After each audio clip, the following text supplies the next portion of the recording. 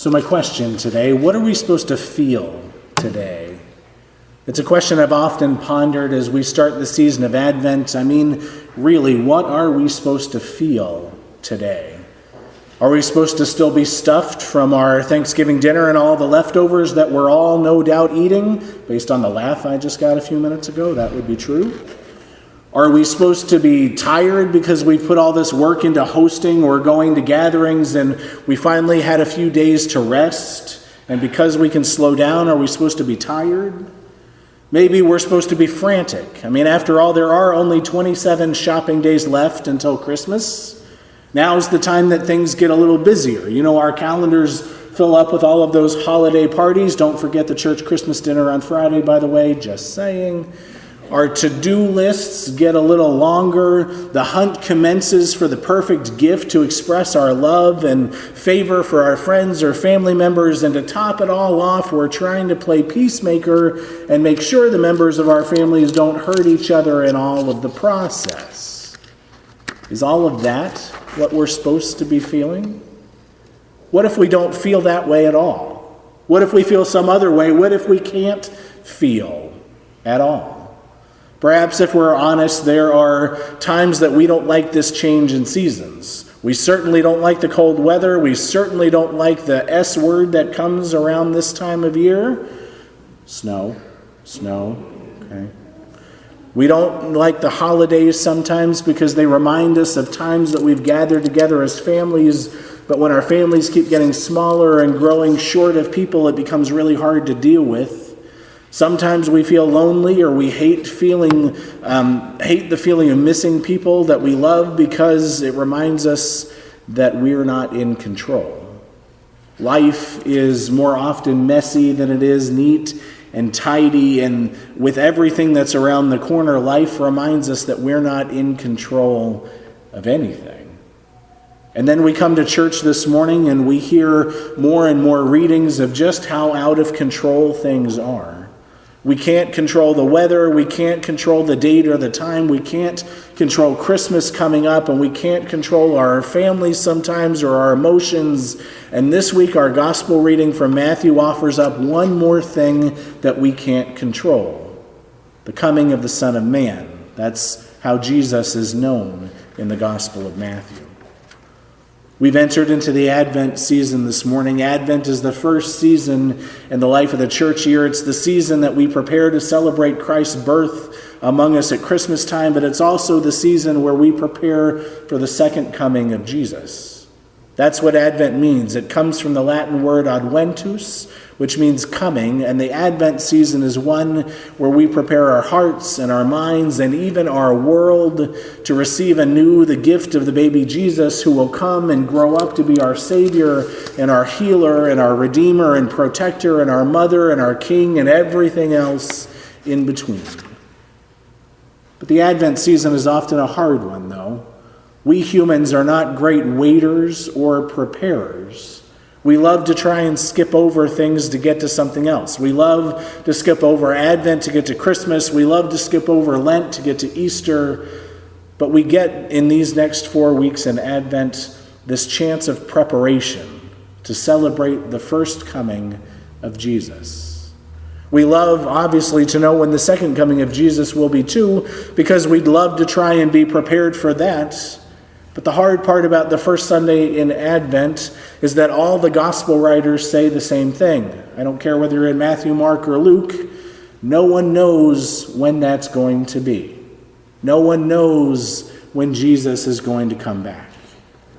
Matthew makes it a bit more explicit for us in our reading today. In verse 44, he writes, "The Son of Man is coming at an unexpected hour." The time is unexpected. It could be 5 minutes from now or 500 years from now. No one knows when it will be. Jesus is clear to point that out today to his disciples in Matthew, but also to all of us too. We must be on the lookout. We must be mindful and watchful and wait expectantly, knowing that Jesus will come again. When will that happen? No one knows. The angels of heaven who are closest to God don't know. The Son of Man, that's Jesus, doesn't know. Only God knows. And in this season of Advent, we always seem to look ahead while we always look back. It's this double vision kind of position. We're waiting for Christ's birth to come in a manger, but we start right here in week 1 with readings that look back toward Jesus' death, while at the same time foretelling and predicting his coming again, both to the disciples and to us. Matthew foretells Jesus' coming again in weird language. We had this language a little bit last week, but more so the Sunday before it. We experience it again this morning, though.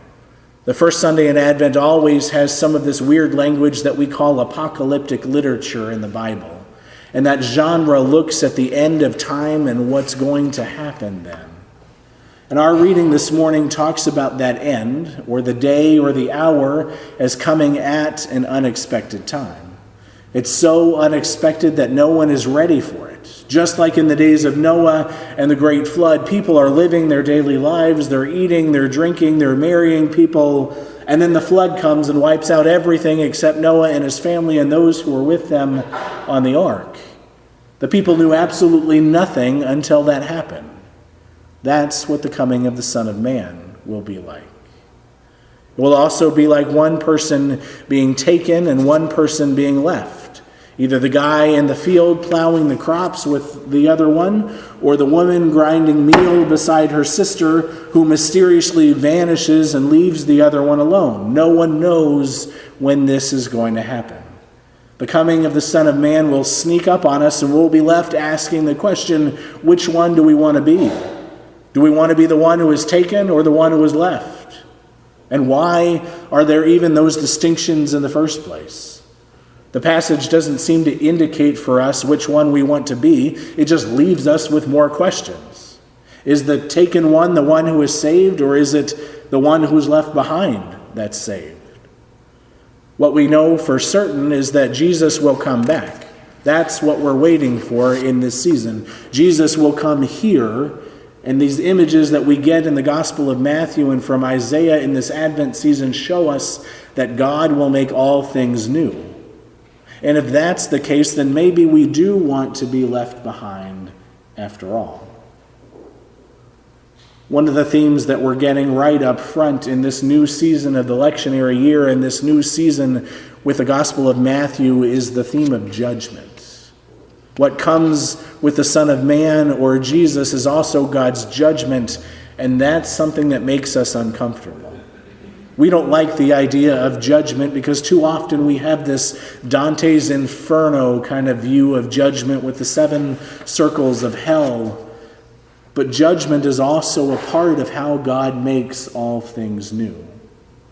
We as Christians long for what we call wholeness, and judgment is part of how we get that wholeness. Matthew is reminding us to be ready, for the Son of Man comes at an unexpected hour. Be alert and wake up is the cry of Jesus this morning. Be alert and wake up is the call to see God at work in the world. It's the call to be alert and to be awake to God's judgment, which brings about wholeness and even joy. See, some ways deep down in our hearts, we almost hope that this holiday season coming up will bring us something different and maybe even bring us a different world. But as much as we hope for that, we know it won't bring an end to violence and terror. Tragic headlines will still plaster the news. Abusive behavior will still continue. Our grief will still latch on to us and not let us go. Life is supposed to look like the Hallmark card or commercial, but it doesn't. All of these things bring us closer to looking at the end of the world and hoping that in the end things would look different, that God would indeed bring another way for a brand new day. You see, dear friends, God knows that we need an end to injustice and violence and oppression. God knows that we need something more than we can buy or produce or achieve on our own. We need God to come rushing into our lives with this tide of judgment, flooding war and sin and death, so that we might see that life is to be found only through trusting in God's mercy. We need God's judgment. And if we're not sure we need God's judgment, just hang on for the ride in the Gospel of Matthew. By the time we get to the end, we'll see about God's judgment. But we do. We need God's judgment, showing how deeply we misplace our trust and driving us to take a lesson into beating swords into plowshares.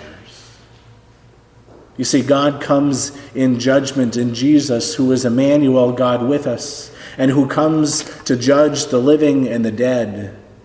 But we also know that Jesus has already come and already freed us from all of that through his death, so that we might live here and now, in the moment, in our very days, wherever our world takes us, knowing that we are freed and forgiven.